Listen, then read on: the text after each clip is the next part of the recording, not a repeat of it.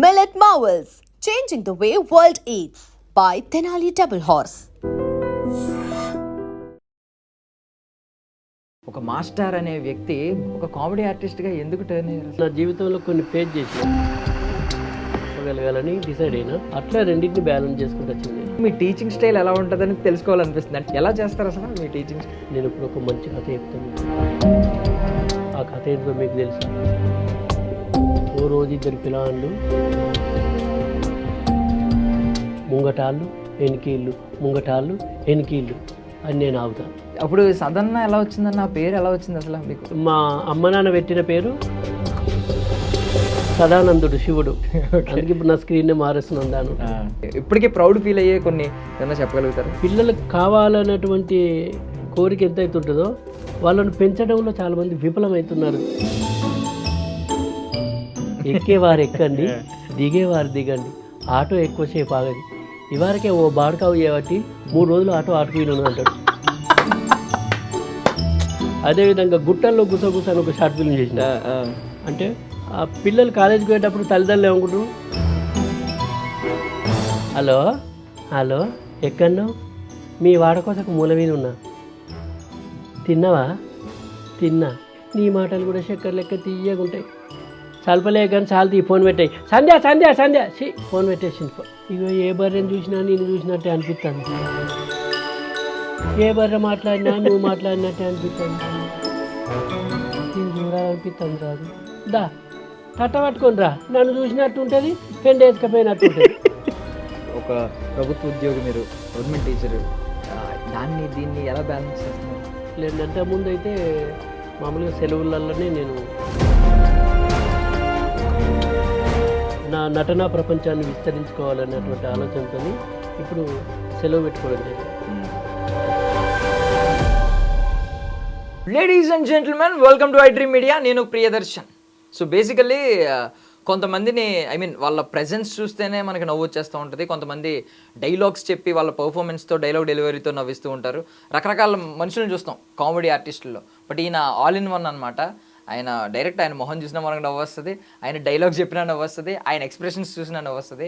ఆయనే అంటే మన ఆర్గానిక్గా ఇంట గెలిచి రచ్చ గెలవాలంటారు కదా, అలా యూట్యూబ్లో మొదలైన ఆయన ప్రయాణం ఈరోజు సిల్వర్ స్క్రీన్ వరకు వెళ్ళిందనమాట. ఆయనే సదన్న కామెడీ అని మనం యూట్యూబ్లో ఛానల్ చూస్తాం కదా, అలియాస్ ఆర్ఎస్ నందా గారు. మాట్లాడదాం అన్న. నమస్తే. క్షణార్థన్న అందరికి క్షణార్థి, మా సంతూర్ కనార్థి. అందరు మంచుకున్నారా? మీరు ఎప్పుడు మంచుకుండాలి. ఏదో ముచ్చట ఏమన్నా అడుగుదాం అనుకుంటారా? Okay okay. అంటే చాలా గ్రౌండ్ లెవెల్స్ నుంచి వచ్చారు. ఏదో ఫ్లూక్లో వచ్చిన సక్సెస్ కాదు. ఒక గవర్నమెంట్ టీచర్ అయ్యి ఉండి అసలు ప్రయాణం ఎలా మొదలైంది అనేది మీరు చాలా మందితో పంచుకుని ఉంటారు. బట్ ఫస్ట్ ఆఫ్ ఆల్ నా డౌట్ ఏంటంటే, గవర్నమెంట్ టీచర్ అనగానే మనం మాస్టర్ అని గౌరవంగా చూస్తూ ఉంటారు. బట్ ఇనీషియల్లీ కామెడీ అనగానే ఫస్ట్ ఆఫ్ ఆల్ కొంచెం చులకనగా చూస్తారు, ఓన్ చేసుకుంటారు. బట్ చులకనగా చూస్తారు. మామూలుగా ఏకవచనంతో మాట్లాడే వాళ్ళు ఉంటారు పెద్ద ఆర్టిస్ట్ అయ్యే వరకు. ఈ రెండిట్లకి ఎలా పొంతన ఎలా కుదిరింది అసలు? ఫస్ట్ ఆఫ్ ఆల్ ఒక మాస్టర్ అనే వ్యక్తి, గురువు కింద, ఉపాధ్యాయుడి కింద పెద్దవాళ్ళు కూడా గౌరవం ఇచ్చే మీరు ఒక కామెడీ ఆర్టిస్ట్గా ఎందుకు టర్న్ అయ్యారు అసలు? యాక్చువల్ ఏంటంటే, నేను నా జీవితంలో కొన్ని ఫేస్ చేసిన. నేను చిన్నప్పటికెళ్ళి కూడా అందరూ మాట్లాడితే ఒక రకంగా, నేను మాట్లాడితే అదే మాటలు మాట్లాడితే నవ్వేటోళ్ళు. అదొక విచిత్రం అనిపించింది. అంటే నేను మాట్లాడితే నవ్వు, కానీ అప్పుడు అంత తెలిసేది కాదు. ఆ తర్వాత నేను టీచర్ అయిన తర్వాత కొన్ని ఫేస్ చేసిన. అంటే నాకు నా తల్లి నేర్పినటువంటి భాష ఏదైతే ఉందో దాని నుంచి కొన్ని ఫేస్ చేయడం జరిగింది నెగిటివ్గా. ఇది కాదు డైలెక్ట్ మీద దాన్ని, కాబట్టి నా భాషలో ఉన్నటువంటి మాధుర్యం చెప్పగలగాలని డిసైడ్ అయినా. కాబట్టి ఒక పక్క ఇటు టీచర్గా పనిచేస్తూనే ఈ కామెడీ అనేది గౌరవప్రదంగా ఉండాలి. ఇప్పుడు మామూలుగా ఏంటంటే కామెడీ ఏదో డబల్ మీనింగ్ కామెడీలు చేస్తే మనం ఏమో నెగిటివ్ షేడ్స్ వస్తాయి కావచ్చు, లేకపోతే మామూలుగా డబల్ మీనింగ్లు మాట్లాడతారు అదే అనుకుంటూ. అది కాదు అని నిరూపించడం కోసం, చేయడం కోసం నా ప్రయత్నం జరిగింది వాస్తవంగా. అందుకోసమనే ఎక్కడ కూడా ఏ వల్గర్ లేకుండా కామెడీని బేస్ చేసుకొని నేను అటు టీచర్గా ప్రయాణం చేస్తూ ఇటు కామెడీని కూడా ఆ భాషకు ఒక గౌరవము, ఆ కామెడీకి ఒక గౌరవం తీసుకురావాలన్నటువంటి ఉద్దేశం కొద్దీ కుటుంబ సమేతంగా చూడాలనేటువంటి ఆలోచనతో ఇప్పటి వరకు చేసే ప్రతి షార్ట్ ఫిల్మ్ కూడా ఎక్కడ వల్గర్ కంటెంట్ లేకుండా వాళ్ళ నిజ జీవితంలో జరిగే సన్నివేశాలను బేస్ చేసుకొని హాస్యంతో కూడినటువంటి సందేశాత్మకమైనటువంటి లఘు చిత్రాలు ఇప్పటివరకు నేను తీయడం జరిగింది. అట్లా రెండింటిని బ్యాలెన్స్ చేసుకుంటూ వచ్చిన నేను. సో మీకున్న బలమే ఫస్ట్ ఆఫ్ ఆల్ ఏంటంటే మీ గురించి ఎవరు మాట్లాడినా క్లీన్ కామెడీ ఉంటుందని. బికాజ్ ఏంటంటే ఎక్కడ సెన్సిబుల్ ఇష్యూస్ని మీరు ఎక్కడ టచ్ చేసినా కూడా అది సెన్సిబుల్ ఇష్యూ కిందే ఉంటుంది. ఎలాంటి ఇప్పుడు క్యాస్ట్ మీద కానీ, రిలీజియన్ మీద కానీ, జెండర్ మీద కానీ ఎక్కడ మీరు ఇంకొకటి ఏంటంటే ఈ రోజుల్లో కామెడీ అనగానే మనకు పెద్ద పెద్ద షోస్ ఉన్నాయి. వాళ్ళు ఇప్పుడు లీడింగ్ ఆర్టిస్టులు పెద్ద పెద్ద సినిమాల్లో చేస్తున్నారు. వాళ్ళందరి రీతి ఎలా ఉంటుందంటే పక్కవాడిని ఒకరిని తీసుకుని వాడి మీద కౌంటర్లు వేసి వాడిని ఇన్సల్ట్ చేస్తూ ఈవెన్ బాడీ షేమింగ్ ఇవన్నీ ఉంటాయి. మీది అది ఎక్కడ ఉండదు, ఉన్నా తెలియదు. ఒకవేళ ఉన్నా కూడా మీరు చేసినా కూడా ఎక్కడ అనిపించదు. అంటే మీరు ఒక ఉపాధ్యాయుడిగా రావడం వల్ల ఆ సంస్కారం ఏమన్నా అక్కడ నుంచి నేర్చుకుని వచ్చారా, అలా పెట్టుకుని వచ్చారా? అంతేనంటే చిన్నప్పటి నుంచి నాది ఎట్లుంటుందంటే ఒక మనిషికి మంచి అయిపోయిన పర్లేదు కానీ చెడు అయ్యద్దు అనేది నా ఆలోచన. ఇప్పుడు మిమ్మల్ని నేను తిట్టడం వల్ల, మిమ్మల్ని నేను కించపరచడం వల్ల నేను ఆనందానికి గురవడం అనేది అది కరెక్ట్ కాదనిపిస్తుంది నాకు. అదే మీరు నన్ను ఇబ్బంది పెట్టడం వల్ల మీరు సంతోషపడతారంటే నేను ఏమి ఎప్పుడు బాధపడను. అందుకే ఎదుటి వ్యక్తిని ఎప్పుడు ఇబ్బంది పెట్టద్దు అనేది నా ఆలోచన. కాబట్టి ఎక్కడ కూడా ఇంకోళ్ళు వినుండేది కథలో అంతర్భాగమై మాత్రమే సాగుతుంది నాది. కావాలని ఎప్పుడు కూడా నేను వాళ్ళ వినసెటరీలు అవి ఉండేది. ఆ కథలో అంతర్భాగంగా జరిగేటువంటి ఒక మాటలు మాత్రమే ఉంటాయి తప్ప వేరే రకంగా ఎప్పుడు అట్లా వెళ్ళలేదండి. ఎందుకో అట్లాంటి ఆలోచనలు కూడా నాకు రాలేదు ఇప్పటివరకు. ఇట్లా బేసికలీ మీ టీచింగ్ స్టైల్ ఎలా ఉంటుందని తెలుసుకోవాలనిపిస్తుంది. అంటే పిల్లలు ఎంత ఎంజాయ్ చేస్తారో ఒకసారి మేము కూడా ఒక క్లాస్కి అటెండ్ అయ్యి చూడాలని ఉందన్నమాట. ఎలా చేస్తారు అసలు మీ టీచింగ్ స్టైల్? నిజంగా మనం అంటే టీచింగ్ చేయడం చాలా సులభం అని అనుకుంటారు కానీ ఒక ఉపాధ్యాయుడు తరగతి గదిలోకి వెళ్ళినప్పుడు చాలా పెద్ద టాస్క్ అది. అంటే వివిధ రకాల మనస్తత్వాలు ఉన్నటువంటి పిల్లలు ఉంటారు ఆడ. వాళ్ళందరినీ కూడా కమాండింగ్ చేయాలంటే ఉపాధ్యాయుడు చాలా కాన్ఫిడెంట్గా ఉండాలి, వాళ్ళ మనస్తత్వాలను అర్థం చేసుకోవాలి, ఆ పిల్లవాళ్ళలో పిల్లవాడిగా మారిపోవాలి. కాబట్టి అదొక పెద్ద టాస్క్. ఇంకోటి ఏంటంటే వాళ్ళకి ఇంట్రెస్టింగ్ ఉండాలి. సైకాలజికల్ ప్రకారం పిల్లవాళ్ళు ఎక్కువసేపు ఉండలేరు, వాళ్ళు నిలకడ ఉండలేరు. వాళ్ళ మనస్తత్వాలు వాళ్ళను మన కంట్రోల్లోకి తీసుకోవాలంటే మనం చాలా ఇంట్రెస్టింగ్గా చెప్పాలి వాళ్ళకు. కాబట్టి వాళ్ళకు అనుగుణమైనటువంటి బోధన చేయగలగాలి. నేను అట్లనే చేస్తా. అందుకోసమని ఒక్కొక్కరిను ఫస్ట్ మోటివేట్, మనం క్లాసులోకి పోగానే ఏదో పాఠం చెప్పడం కాకుండా వాళ్ళ వివరాలు, వాళ్ళు ఏం చేసారు ఏందో కొన్ని అడుకుంటా మన పాఠంలోకి తీసుకొస్తాం. అట్లా ఇప్పటి వరకు నా బోధన అట్లనే కొనసాగుతుందండి. అంటే నేను పాట పాడినా పద్యం పాడినా కూడా వాళ్ళకు ఒక ఇంట్రెస్ట్ ఉండాలి, వాళ్ళు వినసొంపుగా ఉండాలి. మామూలుగా లొల్లి పెట్టే పిల్లలు, అల్లరి చేసే పిల్లలు కూడా ఒకసారి సైలెంట్ అయిపోవాలి. నేను కథ చెప్పేటప్పుడు కూడా కొన్ని అట్లనే ఉంటాయి. ఇప్పుడు ఎగ్జాంపుల్ ఏదైనా ఒక గుడ్డేలుగు ఉంటుంది, అంటే మనం ఎలుగుబంటి అంటాం. ఆ గుడ్డేలు కథ చెప్పేటప్పుడు కూడా మామూలుగా ఏదో గుడ్డేలుగు, అదే ఊర్లో గుడ్డేలుగు ఉన్నది, అది దాన్ని చూస్తే అందరు భయపడతారు, అది ఇట్లా కామన్ కదా. అది కాదు, అట్లా చెప్పడం కాదు. నేను ఇప్పుడు ఒక మంచి కథ చెప్తాను మీకు. ఆ కథ ఏంటో మీకు తెలుసా? ఎప్పుడన్నా విన్నారా మీరు? విన్నారో వినలేదో కానీ ఇప్పుడు చెప్పేది మాత్రం భయంగా ఉంటుంది. అనగానే ఏం భయమో ఏందో అని ఒకటి వాళ్ళకి ఏమైతే ఇట్లా స్టార్ట్ అవుతారు, సైలెంట్ అవుతా ఉంటారు మెల్ల. అనగానే ఒక ఊర్రా, ఆ ఊరు వెనక పెద్ద అడవి ఉన్నది. ఆ అడవిలో అన్ని జంతువులు ఉన్నాయి.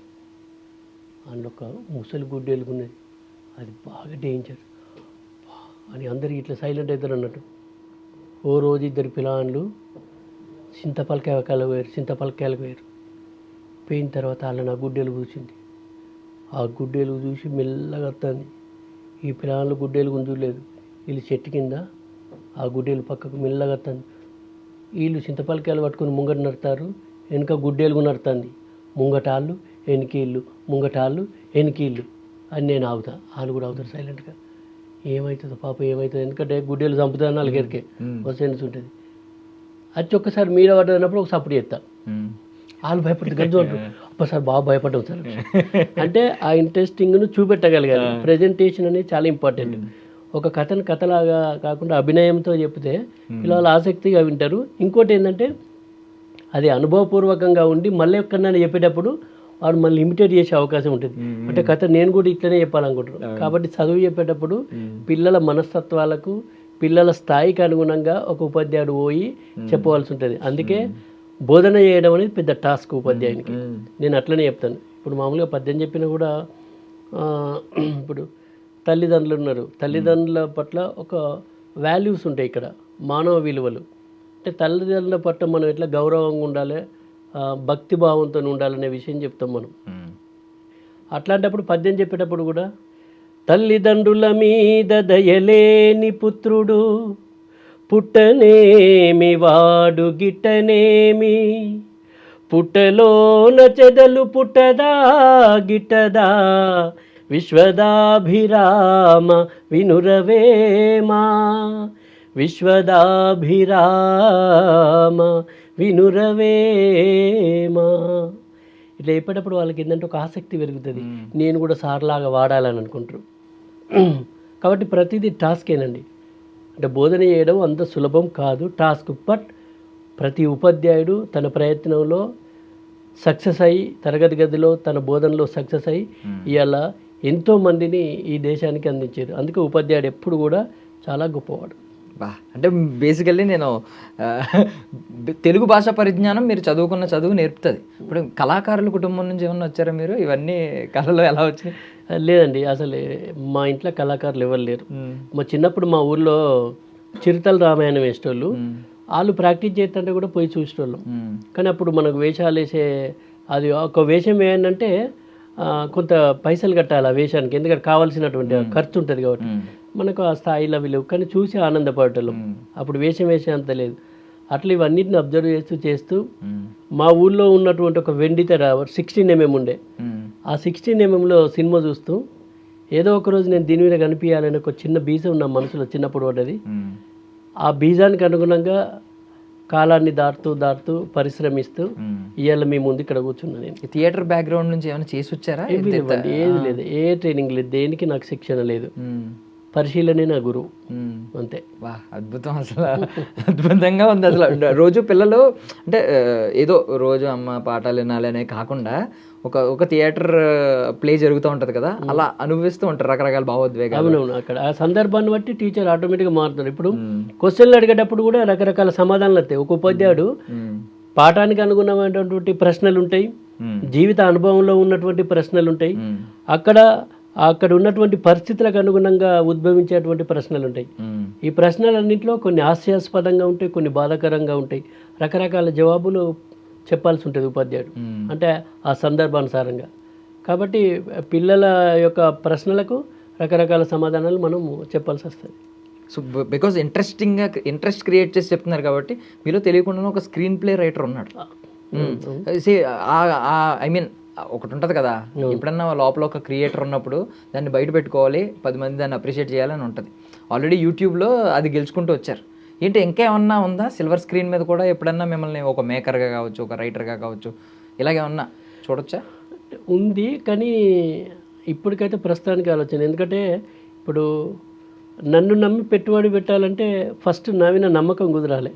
నమ్మకం కుదరాలంటే నేను ఎవరో తెలియాలంటే ఇంకా కష్టపడాలి. నేను తప్పకుండా ఆ రోజు వస్తే నా నుండి ఒక మంచి కథ అయితే చూస్తారు మీరు, తప్పకుండా. సో కొంచెం బ్యాక్ వెళ్ళిపోదాం, లాంగ్ బ్యాక్ వెళ్ళిపోతే మీ యూట్యూబ్ ఛానల్ ఫస్ట్ టైం ఆ ఛానల్ క్రియేట్ చేసి ఫస్ట్ వీడియో అప్లోడ్ చేసి ఉంటారు.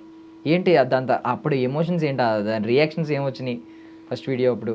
యాక్చువల్లీ మనం అనుకున్నట్టు యూట్యూబ్ లేని టైముల్లో నేను వీడియోలు చేయడం జరిగింది. ఓకే, 2007లో నేను ఈ CD రూపంలో చేయడం జరిగింది, షార్ట్ ఫిలిమ్స్. ఓకే, అప్పటికి అసలు ఎవరు లేరు, ఈ యూట్యూబ్ ఇవంతా ఏం లేదు, పెద్ద ఫేమ్ ఏం లేదు. కానీ అప్పుడే స్టార్ట్ చేసి CDల ద్వారా రిలీజ్ చేసిన నేను ఫస్ట్ 2012లో ఇది యూట్యూబ్ అనేది అప్పుడు అప్లోడ్ చేయడం జరిగింది యూట్యూబ్లో. అప్పటి వరకు నేను CD రూపంలో చేసిన. అట్లా ఏందండి, ఇప్పుడు ఏదైనా ఒక పని చేసినప్పుడు ఆ పనిలో ఒక 10 మందికి నా పని వల్ల సంతోషం కలిగినప్పుడు అంతకంటే గొప్ప తృప్తి ఏముంటుంది, గొప్ప సంతోషం ఏముంటుంది. కాబట్టి అందుకే నా ట్యాగు 10 మంది సంతోషపడితే నేను సంతోషపడేటువంటి వ్యక్తిని. నా ట్యాగ్ అందుకే జనానందమే సదానందం అని పెట్టుకున్నా. కాబట్టి చాలా హ్యాపీ అనిపించింది. అప్పుడు సదన్న ఎలా వచ్చిందన్న ఆ పేరు ఎలా వచ్చింది అసలు మీకు? అంటే RS నంద అనే పేరు ఇప్పుడు స్క్రీన్ నేమ్ కింద వాడుకుంటున్నారు, సదన్న అనే పేరు ఎందుకు వచ్చింది? యాక్చువల్లీ మా అమ్మ నాన్న పెట్టిన పేరు సదయ్య. అంటే మా ఇంటి పేరు రాదండి సదయ్య అని పెట్టారు. ఆ తర్వాత అందరు మామూలుగా ఏంటంటే నేను యూట్యూబ్ ఛానల్ పెట్టినప్పుడు సదన్న కామెడీ అని పెట్టుకున్నాను నేను. అటుగా అందరూ రాదండి సదయ్య అని కాకుండా సదన్న అని పిలుస్తారు. అది ఊర్లలో అట్లా మంచిగా మామూలుగా అట్లానే సదన్న అని అట్లా పిలిచి నేను కూడా సదన్న కామెడీ అని పెట్టుకున్నా, యూట్యూబ్ ఛానల్ పేరు. కానీ తర్వాత ఏంటంటే మాకు ఓదెల పక్కన మల్లికార్జున స్వామి ఉంటాడు. చిన్నప్పటికి ఏంటంటే శివుని మీద ఉన్నటువంటి ఆ మమకారం భక్తితోని నేను సదానందుడు శివుడు అని, మా ఇంటి పేరు రాదండి సదానంద, ఆర్ఎస్ నంద అంటే సదానందం, ఆర్ఎస్ నంద అని పెట్టేసుకున్నా నేనే. అందుకే ఇప్పుడు నా స్క్రీన్ నేమ్ ఆర్ఎస్ నంద అని. బికాస్ అంటే ఒకప్పుడు మీలో ఉన్న ఆ క్రియేటివ్ లోపల ఉంటాడు కదా ఒకడు, ఆ పురుగు ఏంటంటే చెయ్యాలి అనిపించి డబ్బులు పెట్టి మరి మీ డబ్బులో పాపం ఎవరో ఒకరిని పట్టుకునో సంథింగ్ సీడీల రూపంలో రిలీజ్ చేసేవారు. యూట్యూబ్ వచ్చిన తర్వాత మీకు ఏమనిపించింది అంటే నాకు ఒక ప్లాట్ఫామ్ దొరికింది, నేను డబ్బులు లేకపోయినా జీరో బడ్జెట్తో అయినా నాలో ఉన్నదే నేను 10 మందికి చూపించగలను టాలెంట్ని అని అనిపించిందా? లేదండి, అప్పటికే ఆల్రెడీ నేను ఫేమ్ 30-40 షార్ట్ ఫిల్మ్లు చేసి ఉన్నాను అప్పటికే. దాదాపు యూట్యూబ్ వచ్చేసరికి అప్పటికే అన్ని షార్ట్ ఫిల్మ్స్ ఆల్రెడీ. సీడీలు ఎలా అప్పుడు సేల్ అయ్యేవా? అంటే అదేనండి, ఇప్పుడు సీడీలు చేసిన తర్వాత షాపులకు ఇచ్చేటోళ్ళం జాతరలల్లా. అక్కడి నుంచి వెళ్ళి వేరే కంట్రీస్ కూడా వెళ్ళినాయి అట్లా. కానీ మనకు అంత ఇన్కమ్ సోర్స్ ఉండపోతుండే వాస్తవంగా, దానివల్లనే చాలా లాస్ అయినా నేను అప్పుడు. కానీ నా సీడీల వల్ల చాలామంది నవ్వుతారు, అది సంతోషం అనిపించేది అట్లా. సో యూట్యూబ్కి వచ్చిన తర్వాత మీకు ఇప్పుడు లక్షల సబ్స్క్రైబర్లు ఉన్నారు, కోట్ల వ్యూస్ చూశారు మీరు. ఏంటి ఈ ఓవరాల్ ఈ షార్ట్ ఎక్స్పీరియన్స్ ఏమనిపించింది? షార్ట్ కాదు యాక్చువల్లీ లాంగ్ ఎక్స్పీరియన్సే. మీరు ముందు నుంచి మొదలయ్యారు. ఇంకా ఒక పేషెన్స్ లెవెల్స్ మీకు చాలా ఉన్నాయి. ఇప్పుడు పాండమిక్ తర్వాత with in short time success అయిన వాళ్ళు చాలామంది ఉన్నారు. వాళ్ళతో పోలిస్తే మీ పేషెన్స్ లెవెల్స్ చాలా ఎక్కువ. ఏంటి మీ జర్నీని ఎలా చెప్పగలరు, మీ యూట్యూబ్ జర్నీని మొత్తం? యూట్యూబ్ అంటే కదా 2012లో నా షార్ట్ ఫిల్మ్స్ అప్పటికి వచ్చినటువంటి షార్ట్ ఫిల్మ్స్ అన్నీ అప్లోడింగ్ కావడం జరిగింది. అవి చూసి చాలామంది చాలా అప్రిషియేషన్స్. ఎందుకంటే అప్పటి వరకు సీడీల రూపంలో వెళ్ళింది, తర్వాత యూట్యూబ్కి వచ్చేసరికి ఏమైందంటే చేతిలోకి సెల్ వచ్చింది. ప్రపంచం అంతా అరచేతిలోకి వచ్చిన తర్వాత ప్రతి మనిషికి ఎక్కువ కనెక్ట్ అయినాం మనం. సో ఈ హోల్ యూట్యూబ్ జర్నీలో మీరు రకరకాల భావోద్వేగాల్ని, రకరకాల ఎక్స్పీరియన్సెస్ని ఫేస్ చేసి ఉంటారు. లైక్ అంటే ఒకసారి ఇన్స్టెంట్ వైరల్, అంటే అప్లోడ్ చేసిన వెంటనే ఆ వైరల్ అయిపోవడం, విత్ ఇన్ 2-3 డేస్లో తెగ కాల్స్, తెగ కమెంట్స్, తెగ మెసేజ్లు ఇవన్నీ చూసుంటారు. అట్ ద సేమ్ టైం ఎప్పుడో పురాతన వీడియో ఇప్పటికీ కూడా ట్రెండింగ్లో ఉండడం, నిన్న చూసి ఇంకొకటి కాల్ చేయడం, ఇలాంటివి కూడా చూసుంటారు. ఈ రెండింటి ఉద్దేశం ఏంటంటే ఇన్స్టెంట్ వైరల్ని మీరు ఎంత ఎంజాయ్ చేస్తారో, ఇలా లాంగిటివిటీ ఉంటుంది కదా, కొంచెం లాంగ్ రన్ ఉంటుంది. ఇప్పుడు 10 సంవత్సరాల క్రితం వీడియో ఇప్పుడు కూడా వైరల్ అవుతూ ఉంటుంది. ఈ రెండింటిని ఎలా ఎంజాయ్ చేస్తూ ఉంటారు? ఏదైనా మనం ఏ పని చేసిన పని గతందైనా, ప్రస్తుతం చేస్తున్న పని అయినా, భవిష్యత్తులో చేస్తున్న పని అయినా మన ప్రేక్షకులను మెప్పించడమే. కాబట్టి ఆ ప్రతిస్పందన అనేది, ఆ స్పందన అనేది అప్పటిదైనా ఇప్పటిదైనా ఇప్పుడు భవిష్యత్తులో వచ్చేదైనా కూడా నేను ఒకేలాగా తీసుకుంటా. ఎందుకంటే ఒక పని అయిపోయిన తర్వాత వాట్ నెక్స్ట్ అని ఆలోచిస్తాను నేను. అది దాని ద్వారా వాళ్ళు ఇచ్చేటువంటి ఆ సంతోషం ద్వారా, వాళ్ళ మాటల ద్వారా ఇంకా బాధ్యతాయుతంగా పనిచేయాలి, ఇంకా వీళ్ళని ఎంటర్టైన్ చేయాలి అన్నటువంటి ఒక ఆలోచన మాత్రం కల్పిస్తూ ఉంటారు వాళ్ళు. అట్లనే ఆ బాధ్యతతోనే పనిచేస్తాను. సో ఇప్పుడు మీరు వీడియోస్ తీస్తున్నప్పుడు రకరకాల గేర్స్ అని మంచి మంచి కెమెరాస్ వచ్చినాయి, అసలు ఈవెన్ ఆడియో క్వాలిటీ కూడా అద్భుతంగా వస్తుంది. బట్ మీరు స్టార్టింగ్ డేస్లో చాలా ఇబ్బంది పడి ఉంటారు. కొన్ని కొంచెం మాన్యువల్ వర్క్ ఎక్కువ ఉండాలి, ఆటో ఫోకస్లు ఇవన్నీ లేవు. అప్పుడు కొంచెం ఛాలెంజెస్ ఏమైనా ఫేస్ చేసేవారు? బాగా చేసేటండి. అంటే అప్పుడు పెండీలు తీసే కెమెరాతోని స్టార్ట్ చేసింది. యాక్చువల్లీ అది 1 or 2 కెమెరా ఉన్నాయి. పెండీలు చిన్న క్యాసెట్స్ వేసి అది చేసుకొని దాన్ని పట్టుకొని మళ్ళీ కన్వర్ట్ చేసుకొని అంత పెద్ద సీన్ చేసేటప్పుడు కూడా. ఇప్పుడంటే టెక్నాలజీ మంచిగా పెరిగింది కాబట్టి వేరు, ఎట్లా పడితే అట్లా వేసాను. కానీ అప్పుడు చేసేటప్పుడు కొన్ని షాట్లు చేసేటప్పుడు, ఎగ్జాంపుల్ డ్రోన్ షాట్ ఉంది, మనం చేయలేం. చెట్టు వీనికి కెమెరా మీద ఎక్కిచ్చేసి మీదికి వెళ్ళి దింపేది అట్లా. ప్లస్ ట్రాలీ షాట్లు ఉంటాయి. మనం హాస్పిటల్లో దవాఖానలలో పేషెంట్లు కూర్చుంటారు కదా, దానికి 2 తాళ్ళు కట్టి వాళ్ళు ఇద్దరు గుంజుతూ ఉంటే ఈ కెమెరామెన్ అలా కుర్చీలో కూర్చుంటే కెమెరా పట్టుకొని పోతూ ఉంటాడు, ఇచ్చి పెట్టి అది తాళ్ళు గుంజుతూ ఉంటారు. ఈ షాట్ జరుగుతాం అట్లా ట్రాలీ షాట్ అట్లా ప్లాన్ చేసేటాను. కొమ్మలల్లా, గుట్టలల్లా, బంగ్లాల మీద ఎక్కడ పడితే అక్కడనే కూర్చొని చెట్ల సందులోకి వెళ్ళిపెట్టుడు. అంటే మనకి ఏ షాట్ కావాలన్నా నాకు ఇది. ఒకసారి ఒక సీన్ కోసం పెద్ద గుట్టెక్కిచ్చిన, గుట్టెక్కించి కొంత దూరం వెనక వర్షం వస్తుంది వర్కులు కప్పుకున్నప్పుడు కనీసం అంబ్రెల్లాలు కూడా లేవు. ఆ వర్కులు ఉంటాయి, వర్కులు కప్పుకొని అన్నిటిని తడవకుండా చూసుకొని మళ్ళీ ఇప్పుడు మేకప్ అవి ఉంటాయి, ఏది లేదు మాకు. అందుకోసం కొన్ని సీన్లలో ఎట్లుంటుందంటే ఇప్పుడు నేను ఫస్ట్ అప్పుడే ఆమెతో మాట్లాడిన సీన్లు ఒక తీరు ఉంటాయి, జస్ట్ నెక్స్ట్ కాగానే అంత తడుచుకుంటా ఎట్లున్నా చేసడే మనం అంతే, అది ఆపేది లేదు. ఆ వీడియోకి ఇప్పుడు నా మేకప్ పర్ఫెక్ట్ ఉందా, నా దూసుకుంటూ కరెక్ట్ ఉందా, కాస్ట్యూమ్ ఉన్నది, ఒక సీన్లోనే దాని ముందు సీన్లను డ్రై అయి ఉంటాయి, వర్షం వచ్చింది కాబట్టి తడిచినాం, మళ్ళీ అట్లనే ఆ సీన్ చేసుడే. అవన్నిటిని పాటించలేదు, మనకు కంటెంట్ ఇంపార్టెంట్, కథాబలంతోనే వాస్తవంగా ఇలా మనం నిలబడ్డాం. బట్ చాలా ప్రయోగాలు చేశారు ఆ షార్ట్స్ కోసం. బట్ నవ్వుకుంటున్నాం కానీ స్ట్రగుల్ అండి. ఒక సీను మనకు హార్వెస్టర్ పోయింది అనేటువంటి ఒక షార్ట్ ఫిల్మ్లో శ్రీనివాస్ గారు ఉంటారు, ముత్యం శ్రీనివాస్ గారు అని కెమెరామెన్. అప్పుడు యాక్చువల్లీ మేమిద్దరం డిస్కషన్ చేసి ఈ సీను చేయాలి. నాకు ఒక విజన్ ఉన్నది ఏంటంటే, నేను నా వెనక పోలీసు వాళ్ళు పడతారు, హార్వెస్టర్ ఎత్తుకొస్తా, నేను వరి కోసే మిషన్, పెద్ద మిషన్ ఎత్తుగా నా ఎంబడి పడితే నేను ఉరికెత్తా ఉంటాను అన్నట్టు. ఆ షాట్ని సింగిల్ టేక్లో వేయాలి, మళ్ళీ మనం చేయలేము, 2 కెమెరాలు పెట్టలేము, వేరే ఏం చేయలేము. కాబట్టి ఏం చేసినాం అంటే బంగ్లు ఎక్కిచ్చేసినాం. ఆయన బంగ్లు ఎక్కిచ్చేసినాక ముంగట ఒక వ్యక్తి, ఎందుకంటే ఆయన ఉరుకుతా ఉంటే కెమెరామెన్ ఆయన ఎంబడి ఉరికి రావాలి, ఇంకా ట్రాక్ తప్పకుండా ఆయన వేజు పెడతా ఉంటాడు ముంగట ఉరికట ఆయన వెనకని నేను ఉరికి రావాలి.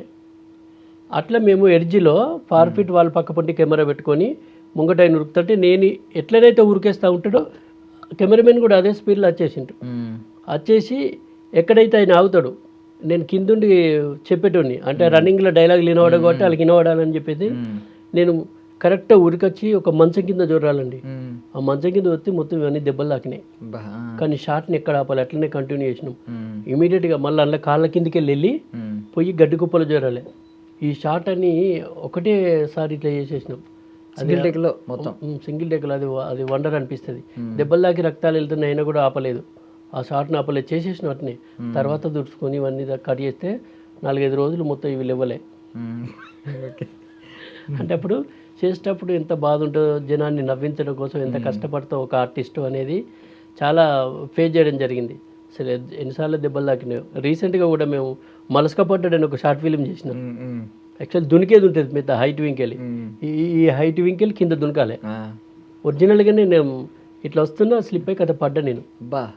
ఆ షాటు చెప్పు స్లిప్ అయిపోయింది, తాగి ఉంటా అన్నట్టు నేను యాక్షన్ పడిపోయిన కథ. పడిపోతే ఇప్పుడు ఇంకా పెయిన్ పోలేదు. అంటే అవి ఒరిజినల్గానే చేయాల్సి వస్తుంది, మనం వేరే ఏదో జిమ్మిక్కులు చేయడానికి వీలు లేదు. అందుకోసం అట్లా చాలా ఫేస్ చేయడం జరిగింది. ఎన్నిసార్లు దెబ్బలు తాకినా మాకు తెలుసు. అందుకే ప్రతి షార్ట్గా పర్ఫెక్ట్ వచ్చేదాకా. ఇప్పుడు కొందరు కొత్త వాళ్ళతో చేయాలని ఇంట్రెస్ట్ ఉంటుంది, వాళ్ళతో బాగా టాస్క్ అవుతూ ఉంటుంది అప్పుడప్పుడు, ఎందుకంటే చేయలేరు కానీ చేపియాలి నేను. ఇప్పుడు నేను కరెక్ట్ చేపియలేదు అనుకో ఏమున్నది అంటారు, ఆ మార్కు రావద్దని. ఎప్పుడు కూడా మనం ప్రేక్షకుడిని 100% సాటిస్ఫై చేయలేం, కనీసం ఓ 70-80% చేయించినామంటే మనం పాస్ అయినట్టే. అందుకే అబ్బో అనకపోయినా పర్లేదు, నా షార్ట్ ఫిల్మ్ చూసి పర్వాలేదంటే నేను పాస్ అయినట్టు, అట్లనే వెళ్తా ఉంది. ఇప్పుడు అది బ్రహ్మానందం గారిది ఒక డైలాగ్ ఉంటుంది, మీమ్స్లో వాడుతూ ఉంటారు, అప్పట్లో మా డెడికేషన్ అలా ఉండేదని. ఇది పర్ఫెక్ట్ యాప్ట్ మీకు. నిజంగానే అంటే అంకిత భావంతో పనిచేసినాం కాబట్టి ఇవాళ ఈ మాత్రం 4 ముచ్చట్లు మీతో మాట్లాడగలుగుతాం. ఏంటండి మీరు రుద్రంగి సిల్వర్ స్క్రీన్ మీద ఓటీటీలో ఇప్పుడు మనం మోతబరి లవ్ స్టోరీ ఇక్కడ వరకు వచ్చారు మీరు. అవునవును. సో అప్కమింగ్ ప్రాజెక్ట్స్ ఏంటి అసలు? ఏం ఇప్పుడు నెక్స్ట్ మారెమ్మ ఉంది ఒకటి. మారెమ్మ నాగరాజు గారి దర్శకత్వంలో మాధవ్ గారి కాంబినేషన్లో చేయడం జరిగింది. అందులో ఒక మంచి క్యారెక్టర్ చేసిన, అదొకటి రిలీజ్కి ఉంది. సంత అని ప్రవీణ్ చంద్ర గారి డైరెక్షన్లో అది కూడా ఒకటి రిలీజ్కి ఉంది. తర్వాత మల్లిక్ గారి డైరెక్షన్లో డీజే టిల్లు 2 మళ్ళీ నెట్ఫ్లిక్స్లో అదొకటి ఉందండి రిలీజ్కు ఇప్పుడు మెయిన్గా. ఒకటి రాజు గారు అని తన దర్శకత్వంలో ఒక సినిమా ఉంది, సుధా గారి కాంబినేషన్లో చేసి అదొకటి రిలీజ్. ఉన్నారు ఫుల్ అసలు. ఇప్పుడు మళ్ళీ ఒక 4-5 ప్రాజెక్టులు కూడా వచ్చినాయి. ఓకే. సో తెలంగాణ డైలెక్ట్ మీద మోస్ట్లీ ఉంటాయి. తెలంగాణ ఇప్పుడు స్లాంగ్ కూడా వేరేది కూడా. అంటే ఒక ఆర్టిస్టు, ఇప్పుడు ఆర్టిస్ట్ అనేవానికి హద్దు సరిహద్దులు ఏమున్నాయండి. ఎందుకంటే ఇప్పుడు మనం తమిళ్ చూస్తున్నాం, కన్నడ చూస్తున్నాం, హిందీ చూస్తున్నాం, భాష ఏదైనా చూస్తున్నాం, వాళ్ళకి చూసేటప్పుడు ఒక భావం అనేది కనెక్ట్ అయి ఉంటుంది. వాళ్ళ యాక్షన్ పార్ట్ కనెక్ట్ అయి ఉంటుంది, కథ అర్థమవుతూ ఉంటుంది. కాబట్టి నాది ఈ భాష అని కాదు, ఈ భాషను బేస్ చేసుకొని నేను వచ్చిన ఈ భాషను ఎక్కువ స్ప్రెడ్ చేయాలనేటువంటి ఆలోచనతో వచ్చినటువంటి నా తల్లి భాషను. దాంతోపాటు మిగతా ఏ భాష క్యారెక్టర్లు వచ్చినా కూడా నేను చేయాలి, ఒక ఆర్టిస్ట్గా నేను చేయాలి. అట్లాంటి భేదాలు ఏమీ లేవు, ఎందుకంటే సదరన్ అందరి వాడు. ఓకే, ఇప్పుడు మీరు తెలంగాణ డైలెక్ట్ని కొంచెం ముందుకు తీసుకెళ్లారు. అవును, ఒకనొక స్టేజ్లో చూసుకుంటే తెలంగాణ డైలెక్ట్ని కొంచెం తక్కువ అంచనా వేసి కొంచెం అంటే ఈవెన్ చాలామంది కంప్లైంట్ ఏంటంటే హీరోలకి ఇచ్చేవారు కాదు ఆ డైలెక్ట్, ఈ స్లాంగ్ విలన్లకి ఇచ్చేవారు అని చెప్పి అప్పట్లో అనేవారు. బట్ ఎప్పుడైతే కమర్షియల్ ఫార్మాట్లో లైక్ దూకుడు లాంటి సినిమా వచ్చింది, మహేష్ బాబే మొత్తం తెలంగాణ స్లాంగ్లో మాట్లాడుతుంటారు. అప్పటి నుంచి ఈవెన్ మీరు యాక్ట్ చేసిన మల్లేశం కావచ్చు, బలగం మొన్న వచ్చిన బలగం కావచ్చు, ఇలా కల్చర్ని మన కల్చర్ని మొత్తం ప్రపంచం ముందుకు తీసుకెళ్తుంది. తెలంగాణ కల్చర్ని, ఈవెన్ డైలెక్ట్ని, ఆ కల్చర్ని తీసుకెళ్తూ ఉన్నారు. ఇప్పుడు మీరు ఆ ఉద్దేశంతోనే వచ్చారు. మీరు ఎప్పుడన్నా అనుకున్నారా, మీరు స్టార్టింగ్ డేస్లో ఇప్పుడైతే విజిబిలిటీ ఉండడం వల్ల మిమ్మల్ని ఇమీడియట్గా హైర్ చేసుకుంటారు. మోస్ట్లీ సినిమాలు తెలంగాణ కల్చర్ మీద, తెలంగాణ డైలెక్ట్ మీద వస్తున్నాయి కాబట్టి. బట్ ఒకనొకప్పుడు దీన్ని కొంచెం తక్కువ అంచనా వేస్తున్నారే, కొంతమంది చిన్న చూపు చూస్తున్నారే మన స్లాంగ్ని, మన డైలెక్ట్ని అని ఎక్కడైనా భావం కలిగిందా? అంటే కొన్ని ఫేస్ చేశానండి నేను, అంటే కొన్ని బాధపడ్డ సందర్భాలు కూడా ఉన్నాయి. అవి ఇప్పుడు అట్లా కాకుండా ఏంటంటే గతంలో కొన్ని పాత్రలకే పరిమితమై ఉండేది ఈ భాష. అది కొంత హాస్యం పేరుతోనే అపహాస్యం అవుతుంది అన్నటువంటి ఒక భావం ఉండేది అందరిలో, అది ఉన్నది. కాబట్టి నాకు అనిపించేది అన్నట్టు అట్లా కాకుండా కొన్ని పాత్రలకే పరిమితం కాదు, అన్ని పాత్రలకు ఈ నా తల్లి భాష విస్తరించాలి, అన్ని పాత్రలు కూడా ఈ భాషను మాట్లాడాలని అనుకున్నట్టుని. ఇవాళ ఈ భాషే ప్రధానమై కూర్చున్నది. అది చాలా సంతోషం అనిపిస్తుంది నాకు.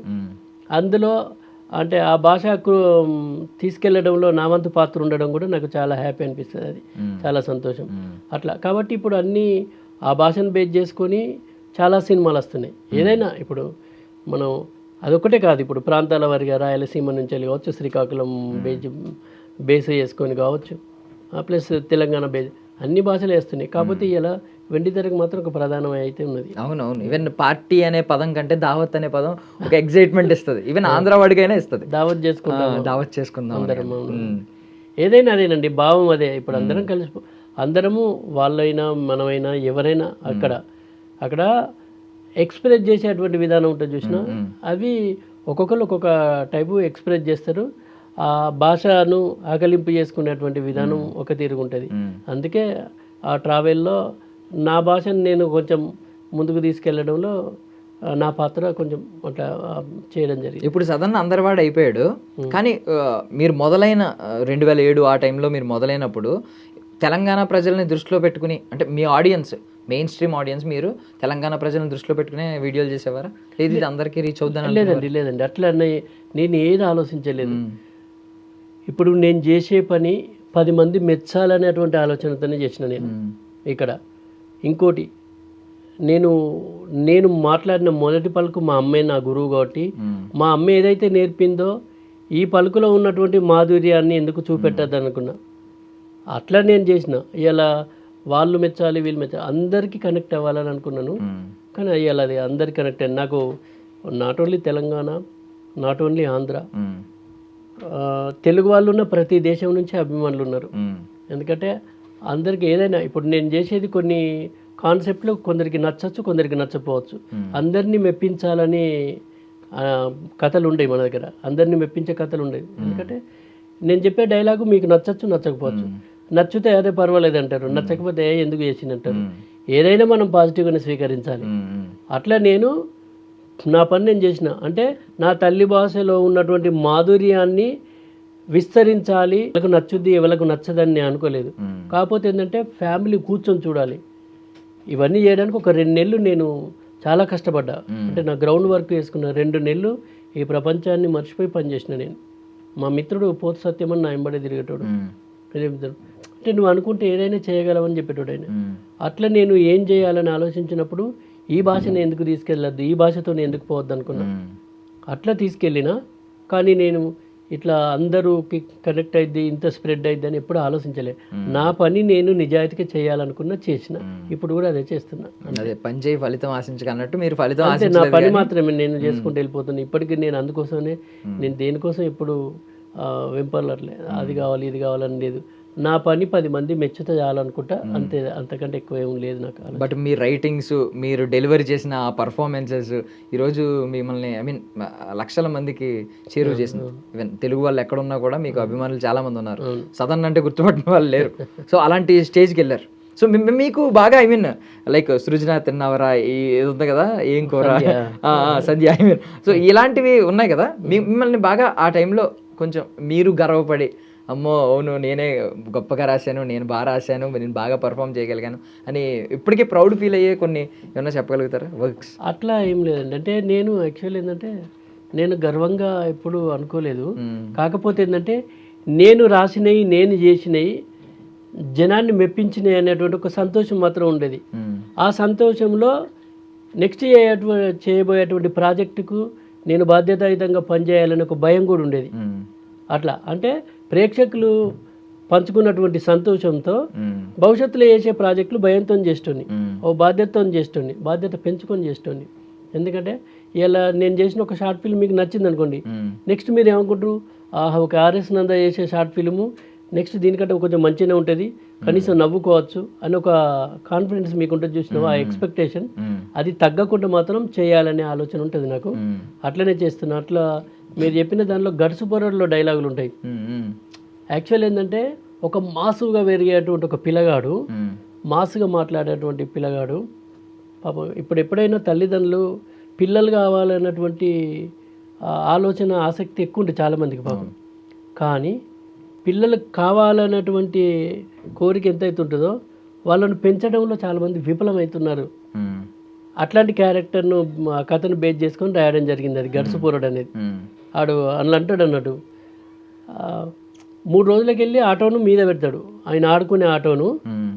తండ్రి ఒక అటుకు మీద పెడతాడు, అంటే ఇట్లా ఓ సెల్ఫ్ అటుకు మీద పెట్టిన తర్వాత 3 రోజుల తర్వాత కొడుకు వచ్చేసి నాన్నగా నేను ఎవరిని తిట్టా, మంచిగా ఆడుకుంటా, మంచుకుంటా అంటే అప్పుడు తల్లిదండ్రులు ఏమనుకుంటారు, అబ్బా నా కొడుకు మారిండు, ఎందుకంటే ఇక మంచుకుంటా అంటాడు.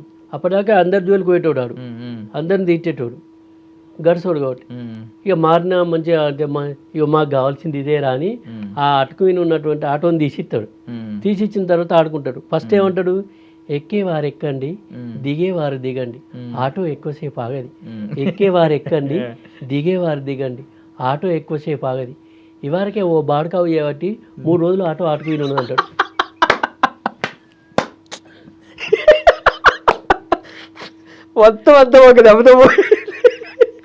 మరి ఎక్కడ మారింది ఇక అంటే ఇట్లుంటారు పిల్లలు. అది మనస్తత్వం అనేది అప్పటి నుంచి అప్పటికే షిఫ్ట్ అయిపోయింది, జంపింగ్ కదా.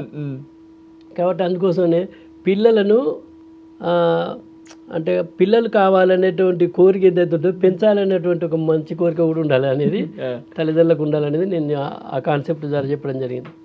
అదేవిధంగా గుట్టల్లో గుసగుస అని ఒక షార్ట్ ఫిల్మ్ చేసిన.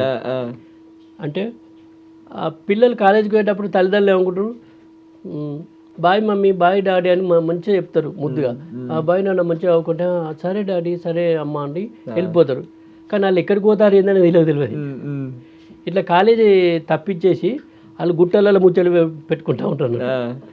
అట్లా ఒక 3 రోజుల గ్యాప్లో ఈ కాలేజీకి రారు, ఇద్దరు కలుసుకోరు.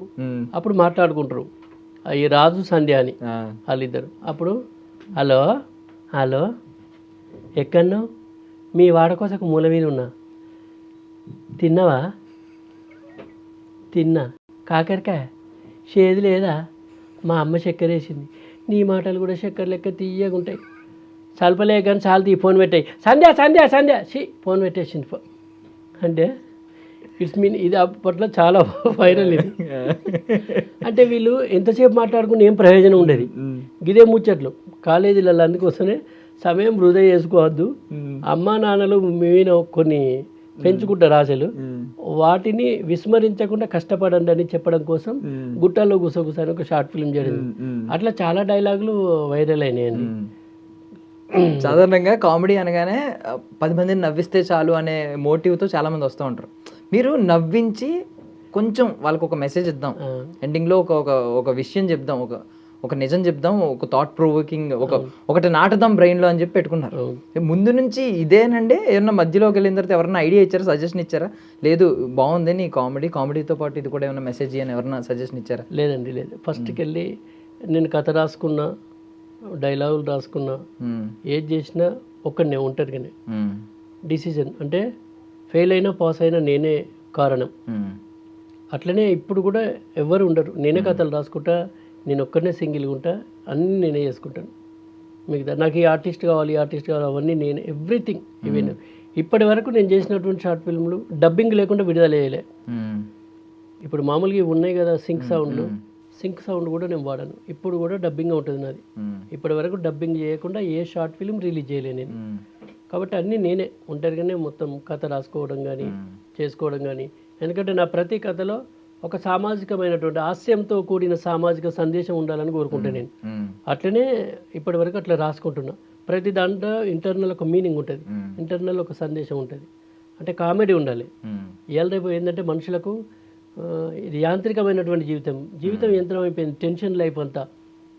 ఈ టెన్షన్ లైఫ్లో ఇంకోళ్ళ కంటే నేను గొప్ప బతకాలనేటువంటి ఒక ఆలోచనతోని డ్యూటీలతో పాటు ఓటీలు కూడా చేస్తారు. అట్లా ఆరోగ్యాన్ని ఖరాబ్ చేసుకుంటారు. కాబట్టి వాళ్ళు ఇంత స్ట్రెస్ అయ్యి ఇంత కష్టపడేటువంటి టైంలో కొంచెం మానసికమైనటువంటి ఆనందాన్ని కనుక పొందాలనేటువంటి ఆలోచనతోని నేను హాస్యాన్ని ఎంపిక చేసుకొని ఆ హాస్యంలో కొంచెం సందేశం కూడా ఇవ్వాలని ఇట్లా నా ట్రాక్ స్టార్ట్ చేసుకున్నా. అట్లా నడిపిస్తాను. బట్ కామెడీ అంటే ఏంటి డెఫినేషన్ ఏమి ఇవ్వగలరు? అంటే నవ్వుకోవడం కామెడీ అంటే అందరికీ తెలిసింది ఏంటంటే 10 మంది మనం అందరం నవ్వుకోవడం హెల్దీ కామెడీ అంటారు. ఆరోగ్యకరంగా నవ్వుకోవడమే కామెడీ అని ఫీల్ అవుతుంటారు. మీ డెఫినేషన్ ఏంటి? అంతేనండి. అంటే కుటుంబం కలిసి చూడాలి ఒక నవ్వు అనేది నవరసాల్లో ఉన్నటువంటి ఒక ప్రధానమైనటువంటి రసం ఏంటంటే ఉన్నదంటే హాస్యరసం.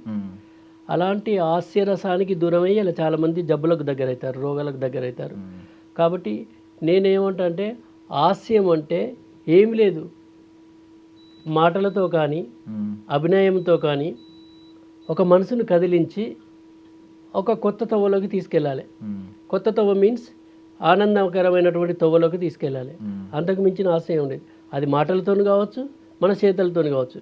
కానీ ఎక్కడ ఎవరిని డిస్టర్బ్ చేయకుండా, ఏ వ్యక్తిని ఇబ్బంది పెట్టకుండా తన మాటలతో కానీ తన చేతులతో కానీ ఎదుటి వ్యక్తిని మానసికంగా నవ్వించేదే హాస్యం. అంతే.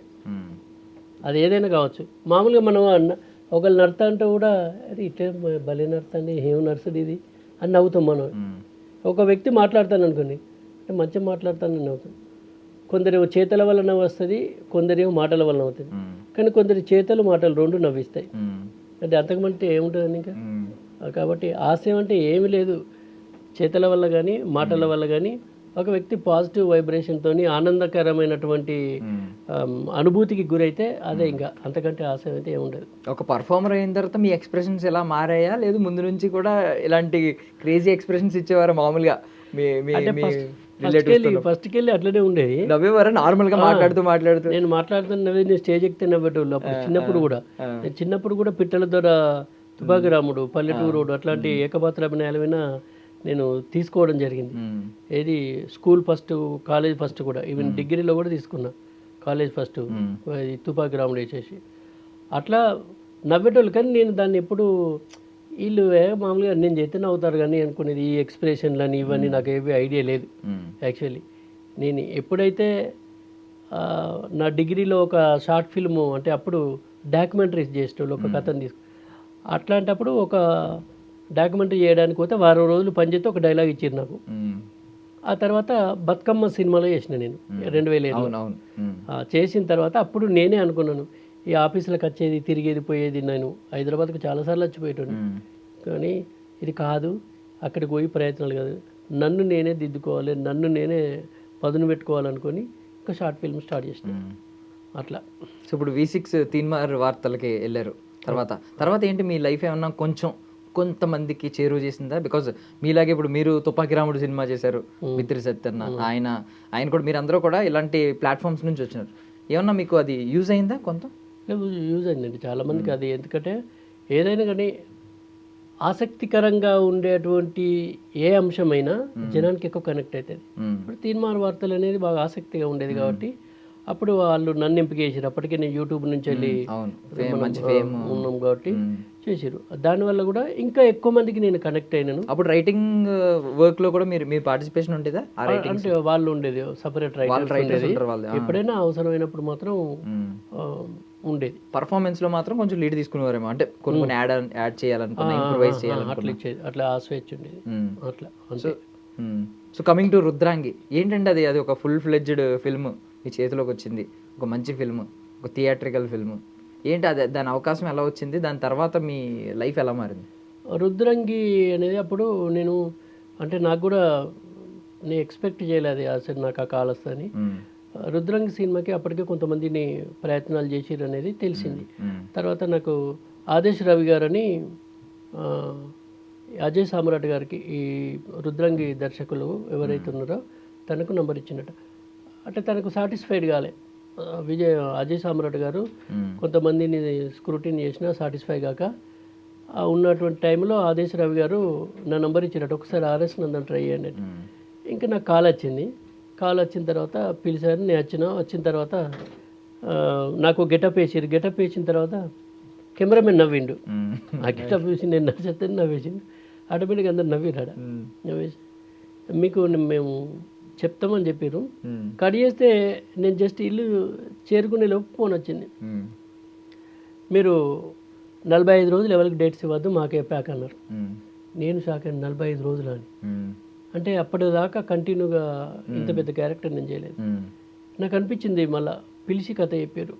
కథ చెప్పినప్పుడు అనిపించింది ఇది ఒక డిఫరెంట్ రోల్, మరి నేను డీల్ చేయగలను. ఎందుకంటే అటు జగపతి బాబు గారు, కాలకే ప్రభాకర్ అన్న గారు, ప్లస్ విమలారామన్ గారు, మమతా మోహన్ దాస్ గారు, ఆశీష్ గాంధీ గారు, ఇట్లా అంతా పెద్ద పెద్ద బ్యాటింగ్. కానీ వాళ్ళకు కాన్ఫిడెన్స్ ఉంది. మళ్ళీ నేను యూట్యూబ్కి వెళ్ళి వచ్చిన, అప్పటి వరకు ఇంత సెటిల్డ్ యాక్షన్ లేదు. ఆ తర్వాత కట్ చేస్తే ఇంకా వచ్చేసిన క్యారెక్టర్ చేసేసుకున్నా, అయిపోయింది. బాగా మంచి ప్రశంసలు వచ్చినాయి, అందరితో కూడా మంచి ప్రశంసలు. చాలామంది ఏంటంటే అల్లు రామలింగయ్య గారిని గుర్తు చేశారన్నారు. అంత గొప్ప నటులైనటువంటి రామలింగయ్య గారితో నన్ను పోల్చడం అనేది నాకు చాలా సంతోషం అనిపించింది నిజంగా. సో మీకు ఇన్స్పిరేషన్ రాజబాబు గారు కదా? రాజబాబు గారు, ఆయన కూడా పాపం మంచి కామెడీ అసలు. రాజబాబు గారి అప్పుడు పాత సినిమాలు రాజబాబు గారి చూసి నేను నవ్వుకుంటుని. రాజబాబు గారు అంటే బాగా ఇమిటేట్ చేయగలరా? లేదు, అట్లాంటి ఇమిటేషన్ అసలు నేను ఏ ఆర్టిస్ట్ని ఇమిటేట్ చేయను. కానీ చాలా హ్యాపీ అన్నట్టు ఆయన, ఎందుకు ఆయన కనిపించగానే నాకు అట్లా నవ్వు వచ్చేది. రాజబాబు గారు అంటే బాగా ఇష్టం అట్లా. ఈవెన్ మీ మోతుబరి లవ్ స్టోరీ మంచి మంచి ఓటీటీలో చాలా బాగా స్ట్రీమింగ్ అవుతుంది. విత్ ఇన్ 1 వీక్ కూడా అవ్వలేదు 50 మిలియన్ స్ట్రీమింగ్ మినిట్స్ ఎంతో. ఐ మీన్ ట్రెండింగ్ 1 అండి. ట్రెండింగ్ 1లో వచ్చింది. ట్రెండింగ్ 1 అసలు నేను కూడా ఎక్స్పెక్ట్ చేయలేదు. అంటే ఇది కూడా యాక్చువల్లీ మారెమ్మ షూటింగ్ జరుగుతున్నప్పుడు అనిల్ గారు నన్ను అడిగారు, ఇట్లా ఒక 2 days క్యారెక్టర్ ఉంది, మనది త్వరలో స్టార్ట్ అవుతుంది, మీరు చేయాలి సార్ అంటే తప్పకుండా అని చెప్పిన. సరే విందామని చెప్పి అది అయిపోయిన తర్వాత నాకు కట్ చేస్తే ఒక 10 రోజులు 15 రోజుల తర్వాత ఒక కాల్ చేసారు. కాల్ చేసి, సార్ మీరు ఇట్లా ఫుల్ లెంత్ రోలు మురళీధర్ గౌడ్ గారి పక్కన, అంటే తను అన్నగా మీరు తమ్ముడిగా చేయాలి సార్ అని అన్నాడు. అన్న తర్వాత సరే అని చెప్పిన. అయిన తర్వాత మరి అప్పటికి నేను క్యారెక్టర్ ఏందో వినలేదు. కానీ దీనికి ముందు నేను క్యారెక్టర్ ఏందో వినేదానికంటే ముందు చరణ్ అర్జున్ అన్న మ్యూజిక్ డైరెక్టర్ అక్కడికి శివగారును అనిల్ జిల్లా గారు పోయి కథ చెప్పారట. చెప్పినాక వాళ్ళు చెప్పి వెళ్ళిపోయారు. ఆ చెప్పినప్పుడు చరణ్ అన్న అడిగినట, ఇంట్లో నర్సింగ్ యాదవ్ క్యారెక్టర్ ఎవరు చేస్తారని అడిగిందట. అంటే ఆ కథ అంతా విన్న తర్వాత ఆ క్యారెక్టర్ విన్న ఒక ఎగ్జైట్మెంట్ ఉంది, మరి ఎవరు చేస్తారని. ఇట్లా ఆర్ఎస్ నందన్న చేస్తానని చెప్పారట. చాలా సంతోషపడ్డాడట. వెళ్ళిపోగానే ఇమీడియట్గా నాకు కాల్ వచ్చింది. చరణ్ అర్జున్ అన్న ఫోన్ చేసి, సార్ ఎక్కడన్నా అంటే నేను ఇంటికన్నా అన్న పలకరించుకునే పని. ఇప్పుడు వచ్చి నాకు శివర్ణను అనిల్ గారికి ఒక కథ చెప్పారు, అందులో నర్సింగ్ యాదవ్ అనే క్యారెక్టరు మీరు చేస్తున్నారని చెప్పారు. ఆ క్యారెక్టర్ను మీరే చేయాలి తప్పకుండా, మిగతా అన్ని వెనకసి మీరు ఏం మాట్లాడుకుంటారో ఏదో కానీ క్యారెక్టర్ మీరు చేయాలి అని చెప్పిండు. చెప్పిన తర్వాత అన్న ఎందుకంటే మ్యూజిక్ కొట్టుతాడు కాబట్టి కథను విపులంగా విని ఉంటాడు. ఓకే తప్పకుండా అన్న అన్న. తర్వాత నాకు కథ చెప్పారు. నిజంగా కూడా క్యారెక్టర్ డిఫరెంట్ ఉంటుంది, డిఫరెంట్ షేడ్స్ ఉంటాయి. వేరు ఒక విలనిజంగా అనిపిస్తుంది కామెడీలో. నేను కొత్తగా ఇప్పటివరకు అట్లాంటి షేడ్ చేయలేదు. అంటే అప్పుడు వాళ్ళకు ఉన్నటువంటి నమ్మకం. అప్పటికి కూడా ఈ క్యారెక్టర్ కోసం సేమ్ 4-5 ట్రై చేసిరట. ఆ క్యారెక్టర్ నాకు వచ్చింది. ఆ తర్వాత నేను మురళీధర్ గౌడ్ గారి పక్కన, అంటే తను అన్నగా నేను తమ్ముడు. నిజంగా అంటే తనతో కలిసి స్క్రీన్ షేర్ చేసుకోవడం అనేది చాలా సంతోషం. మీరిద్దరు సొంత అన్నదమ్ముల్లాగా ఆప్యాయతలు ప్రేమలు కొంతసేపు కనిపిస్తూ ఉంటే వెనకాలేమో రాజా మ్యూజిక్లో ఆర్ఆర్ వేసుకుంటూ ఉంటారు అని చెప్పి ఒకరి గురించి ఒకరు ఎలివేషన్లు ఇచ్చుకోవడం. బట్ ఆయన ఒక ఎలివేషన్ ఇస్తారు మీకు, అంటే మీరు తప్పిపోయారని చెప్పి భయపడినప్పుడు మీ వైఫ్ ఆడేం తక్కువడు కాదు ఏదో అనుకుంటా పులి ఆడు అని చెప్తాడు. అంటే అప్పుడు రియల్గా మీరు వచ్చిన తర్వాత భలే సింక్ అయింది అది మాత్రం. నిజంగా నేను ఎక్స్పెక్ట్ చేయలేదు, ఎందుకంటే సార్తో కలిసి నేను షేర్ చేసుకుంటాను. నిజంగా సొంత అన్నయ్య లాగానే ఇప్పుడు నేను అన్నయ్య అని పిలిస్తే తమ్ముడు అనే పలికిస్తాను. అంటే అట్లా అయిపోయాం, అట్లా కలిసి పంచుకోండి. వీళ్ళు అనుకుంటారు అప్పుడప్పుడు మేము ఎక్కడ కూర్చుంటే వీళ్ళు సొంత అన్నదమ్ములు ఎక్కడ కూర్చొని ముచ్చట పెట్టుకుంటారు అనుకుంటారు. మళ్ళీ సార్ దగ్గర ఉన్న గొప్పతనం ఏంటంటే మేము ఇద్దరం రెడీ అయిన తర్వాత మాకు డైరెక్టర్ గారు సీన్ చెప్పంగానే వాళ్ళంతా సెటప్ చేసుకున్న టైంలో మీ ఇద్దరం డిస్కషన్ నందా చెప్పేసి ఇట్లా అనేది ఓకే డైలాగ్ టు డైలాగ్ చేసుకుంటారు. అది అంటే ఆ వర్క్ డెడికేషన్ అట్లా ఉన్నది కాబట్టి అంత బాగా వచ్చింది ఆ సీన్లు. ప్రతి సీన్ కూడా ఒక డిస్కషన్ ఉండేది అన్నయ్యకు నాకు ఇద్దరు అట్లా షేర్ చేసుకొని అట్లా బాగా వచ్చింది. మాకు బాగా ఇష్టంగా అంటే చెప్పుకున్న సీన్ మాట్లాడు ఆ చెంపులో చేయబెట్టి ఉంగరాలు ఆడుకున్నట్టు ఆడుకుంటారు మీరు. అది అసలు బాగా అనిపించింది ఆ సీన్ చేసేటప్పుడు కూడా. ఫస్ట్ అది పెద్ద సీన్ దాపు సింగిల్ టేక్లో అయిపోయింది ఆల్మోస్ట్. అంటే టేక్ టు టేక్ చేసేసుకున్నారు, కానీ మేము ఇద్దరు ఇంప్రూవైజ్ చేసుకున్నాం కొంత. డైరెక్టర్ శివ గారు ఏదైతే చెప్పిండో దాన్ని బేస్ చేసుకుని ఇంకా మేము ఇద్దరు మాట్లాడుకొని ఇట్లా వేద్దాం ఈ డైలాగ్ వేద్దాం అనే అన్నయ్య కూడా బాగా.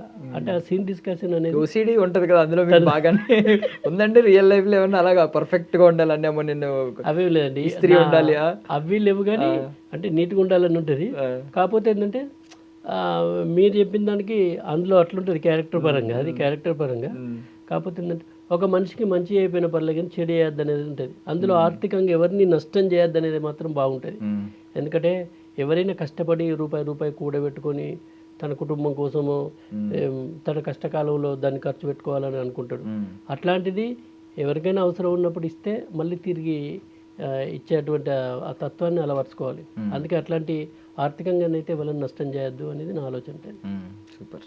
సో ఇప్పుడు మరి ఎలా బ్యాలెన్స్ చేస్తున్నారంటే ఒక ప్రభుత్వ ఉద్యోగి, మీరు గవర్నమెంట్ టీచర్, దీన్ని ఎలా బ్యాలెన్స్ చేస్తున్నారు? లేదండి, అంతే ముందు అయితే మామూలుగా సెలవులలోనే నేను నా షార్ట్ ఫిల్మ్ చేసుకుంటాను. మిగతా టైంలో కరెక్ట్ టైం టు టైం ఒక డెడికేటెడ్గా నేను జాయిన్ అయిన 2.5 ఏళ్ళనే ఉత్తమ ఉపాధ్యాయుడు అనే దానిలో నా ఐటెం రాయడం జరిగింది. అంటే అంత హార్డ్ వర్క్ చేసేవాళ్ళు మేము. వాస్తవంగా చాలామంది పిల్లల్ని ఆర్బీసీలో డే బై డే పిల్లలకు హోమ్ సిక్ కాకుండా కల్చరల్ ప్రోగ్రామ్ చేసేటోని 120 మంది డ్రాప్ అవుట్స్ని తీసుకొచ్చి జాయిన్ చేసినాం పిల్లలు. అంటే చాలా హార్డ్ వర్క్ చేసేది. వర్షంలో కూడా పిల్లలకు అంటే ఈ చదువు మీద ఉన్నటువంటి గొప్పతనం మోటివేట్ చేసి, తల్లిదండ్రులను మోటివేట్ చేసి పిల్లలను తీసుకొచ్చేది. అట్లా బాగా హార్డ్ వర్క్ చేసేది. అట్లా మమ్మల్ని గుర్తించి అప్పుడు ఉన్నటువంటి మంత్రిని ఆర్డీఓ గంగారాము సార్ అప్పుడు పిలిస్తే సుమిత డాబరా గారు ఉండే, పిలిచి మాతో ప్రోగ్రామ్ చేయించింది. అప్పటి నుంచి ఇప్పటి వరకు రీసెంట్గా కూడా నేను మన ఈ గంజాయి మీద ప్లస్ ఓటు మీద ఇవన్నిటి మీద గవర్నమెంట్కి సంబంధించినటువంటి వాటికి రాసి చేయడం జరిగింది. అట్లా సెలవులు ఉన్నప్పుడు ఈ షార్ట్ ఫిల్మ్స్ చేసుకుంటాను. ఇప్పుడైతే ఇంకా నేను స్ప్రెడ్ అవ్వాలి, నా నటనా ప్రపంచాన్ని విస్తరించుకోవాలనేటువంటి ఆలోచనతో ఇప్పుడు సెలవు పెట్టుకోవడం జరిగింది. అట్లా మీకు ఎప్పుడన్నా విజిట్ చేసినప్పుడు అక్కడ కల్చరల్ ప్రోగ్రామ్స్ జరిగినప్పుడు ఈవెన్ ఎమ్మెల్యే గారు కూడా అప్పుడప్పుడు స్కిట్ చూసి ఆనందపడి పర్ఫామ్ చేయమని అడిగి మిమ్మల్ని కొంచెం పుష్ చేసి ఇలాంటివన్నీ ఉండవు కదా? నా డైలాగులు కూడా చెప్పేటోళ్ళు. నాకు ఫోన్ వాళ్ళు నా డైలాగ్ చెప్తాను, ఈ మధ్యనే ఒకసారి ఆ డైలాగ్ చెప్పాలి అంటే ఇట్లా చాలామంది నాకు ఇప్పుడు కులం మతం ఈ హోదా ఇవన్నిటితో సంబంధం లేకుండా చాలామంది కాల్ చేస్తారు, ప్రేమ మాట్లాడతారు. ప్లస్ ఎందుకంటే వాళ్ళందరికీ కూడా ఎక్కడ కూడా వల్గర్ లేకుండా కనెక్ట్ అయి ఉన్నది. ఆ మాటలు ఇంటి ఏదో వాళ్ళకి ఆనందం కలుగుతుంది, ఆయన చేతులు చూస్తే ఏదో ఆనందం కలుగుతుంది, ఆ భావం వాళ్ళు ఫిక్స్ అయినారు. అందుకోసం కొందరు అంటారు నన్ను, నువ్వు లుంగి పట్టుకొని కనిపిస్తే నవ్వుతావు అని అంటారు. ఇంక అంతకంటే ఏం కావాలండి ఒక ఆర్టిస్ట్కు. కాబట్టి అందుకే ఇది అంటే నాకు తెలిసి నా గొప్పతనం ఏమి లేదు ఇలా.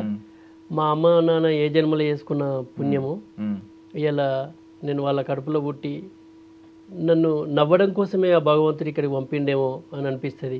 ఇంతమంది ఆశీస్సులు, ఇంతమంది ఆనందం చూసినప్పుడు నాకు చాలా సంతోషం అనిపిస్తుంది. అందుకోసమనే నా జీవితంలో అంటే నా బొందిలో ప్రాణం ఉన్నంత వరకు నవ్వించాలి, ఆ నవ్వించే అటువంటి శక్తి సామర్థ్యాలు ఆ భగవంతుడు ఇవ్వాలి. పైనున్న నా కళ్ళ ముందు లేకపోయినా పైనున్న మా అమ్మ నాన్న ఎప్పుడు వాళ్ళ ఆశీస్సులు నాకు ఉండాలని కోరుకుంటాను. ఈ జర్నీ మొత్తంలో ఎప్పుడు మిమ్మల్ని అంటే ఇప్పుడు కామెడీ అంటే మీకు కొంచెం సెక్షువల్ బేస్డ్, జెండర్ని తక్కువ చేసి లేదంటే ఒకరు వేసి డబుల్ మీనింగ్లు, డబుల్ డోసేజ్ బాగా ఉంటుంది, డబుల్ మీనింగ్ డోసేజ్ ఇలాంటివి ఎప్పుడు మిమ్మల్ని అట్రాక్ట్ చేయలేదా? బికాజ్ వ్యూస్ ఎక్కువ కనిపిస్తూ ఉంటాయి ఇలాంటివి. నేను వ్యూస్ కోసమో లేకపోతే సంపాదన కోసమో ఇవి స్టార్ట్ చేయలేదు. నేను చెప్పాను ముందే మీకు, నా తల్లి ఏ భాష అయితే నేర్పించిందో ఆ భాషలో ఉన్నటువంటి మాధుర్యాన్ని ఈ ప్రపంచానికి ఒక గొప్పగా చూపెట్టాలన్నటువంటి సంకల్పంతో నచ్చినటువంటి వాడిని. కాబట్టి ఇక్కడ నువ్వు వల్గర్గా ఉండాలి, ఇంకోలు వినే సెటర్లు వేసి ఆనందపడాలి, ఇంకోలు ఏమో చేసి అది కాదు అట్లా ఎప్పుడు నేను ఆలోచించలేదు. నవ్వుతే చాలు, నేను చేసే కాన్సెప్ట్ వల్ల నవ్వాలి, అది ఎవరిని ఇబ్బంది పెట్టే విధంగా ఉండద్దని మాత్రమే అనుకుంటుంది అంతే.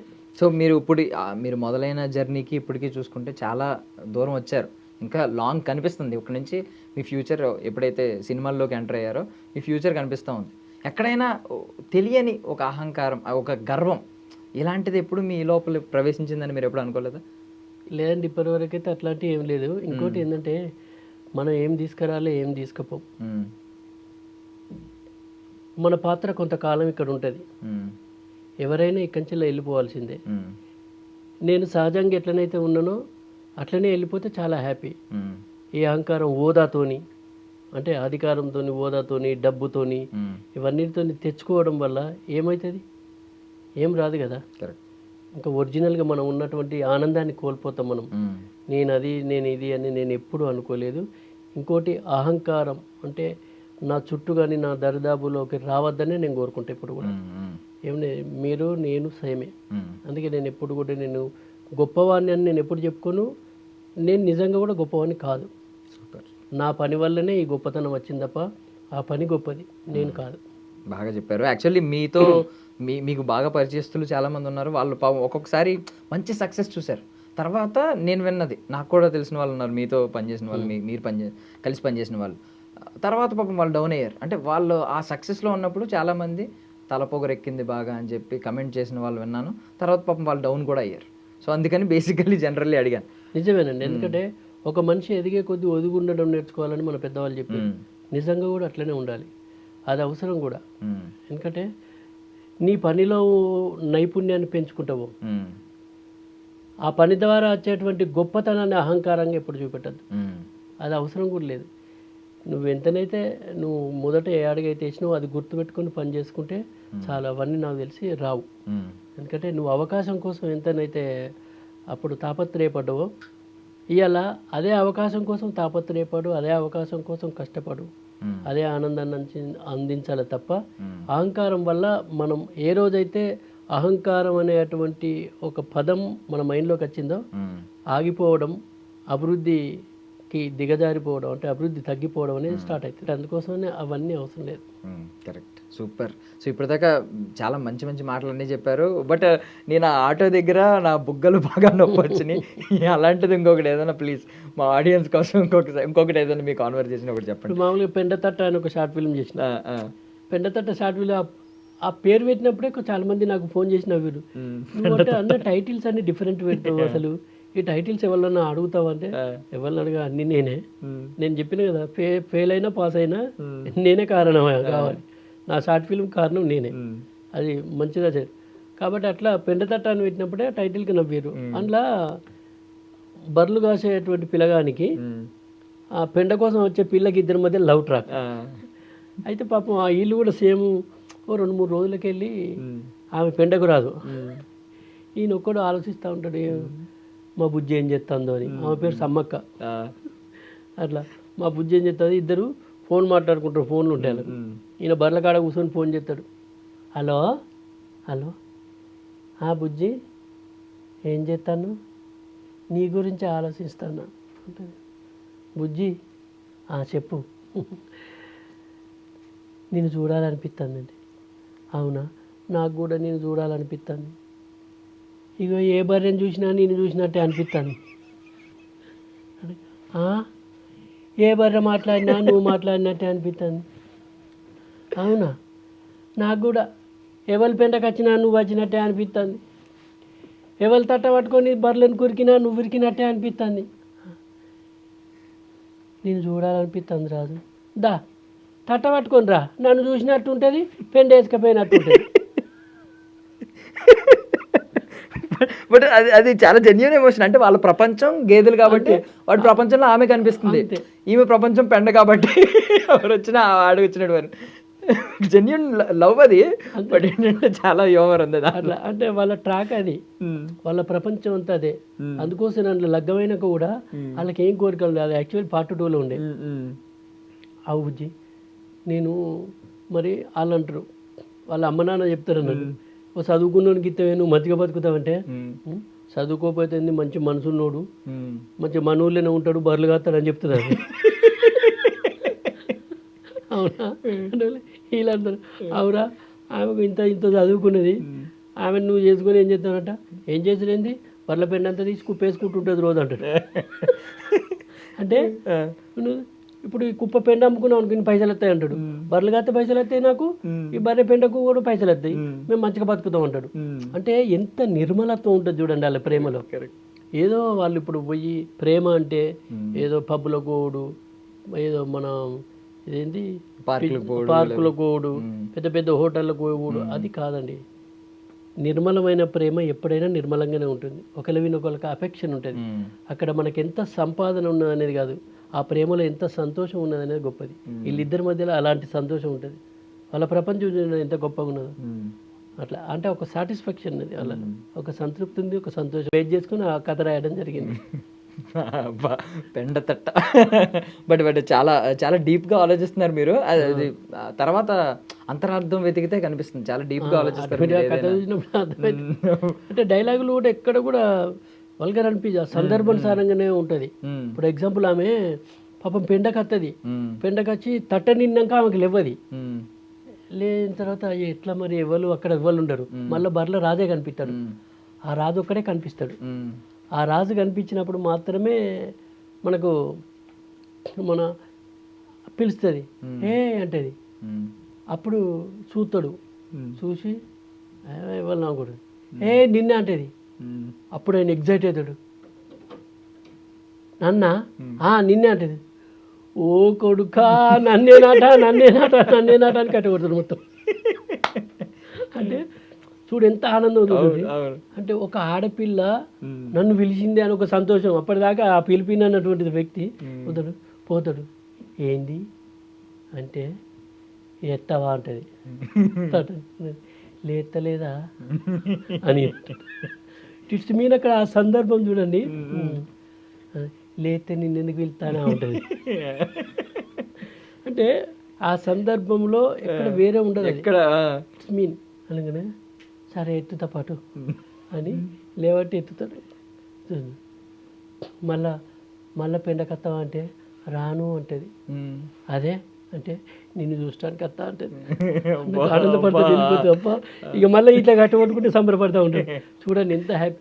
వాళ్ళకి తెలియదు, వాళ్ళకి తెలిసిన భాష, వాళ్ళలో ఉన్నట్టు మనసులో ఉన్నటువంటి ఒక నిర్మలత్వం అక్కడ కనిపిస్తుంది అంతే, ఏది ఉండదు. జనానికి ఎంటర్టైన్ కనిపిస్తూ ఉంటుంది అక్కడ. అట్లా బేస్ చేసుకుని సీన్ రాసేటప్పుడు జాగ్రత్త పడుతూ ఉంటాను నేను, ఎక్కడ ఉండదు. అట్లా ఇలా జనాలు కనెక్ట్ అవ్వడానికి బొగ్గలు నొప్పి వచ్చినాయి, నవ్వే సూపర్ అండి, అసలు సూపర్. మీకు యాక్చువల్లీ మేమందరం మీ కామెడీకి దాసోహం అయిపోయాం. మీ సదా ఇలా మీ నుంచి అద్భుతమైన కామెడీ, ఇలాంటి message oriented kind of videos కానీ లేదంటే సినిమాల్లో కానీ మీ పర్ఫార్మెన్సెస్ మాకు కనిపిస్తూనే ఉండాలి. మీరు మాకు ఎప్పుడు దగ్గరగా ఉండాలని మనస్ఫూర్తిగా కోరుకుంటున్నాం.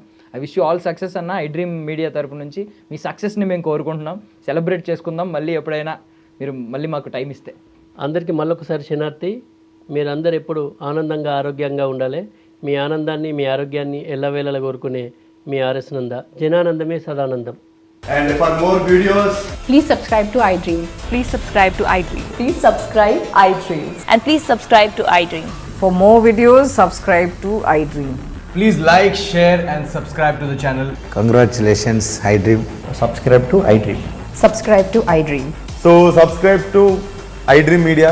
iDream ki iDream team andarki huge congratulations. Please subscribe iDream Media.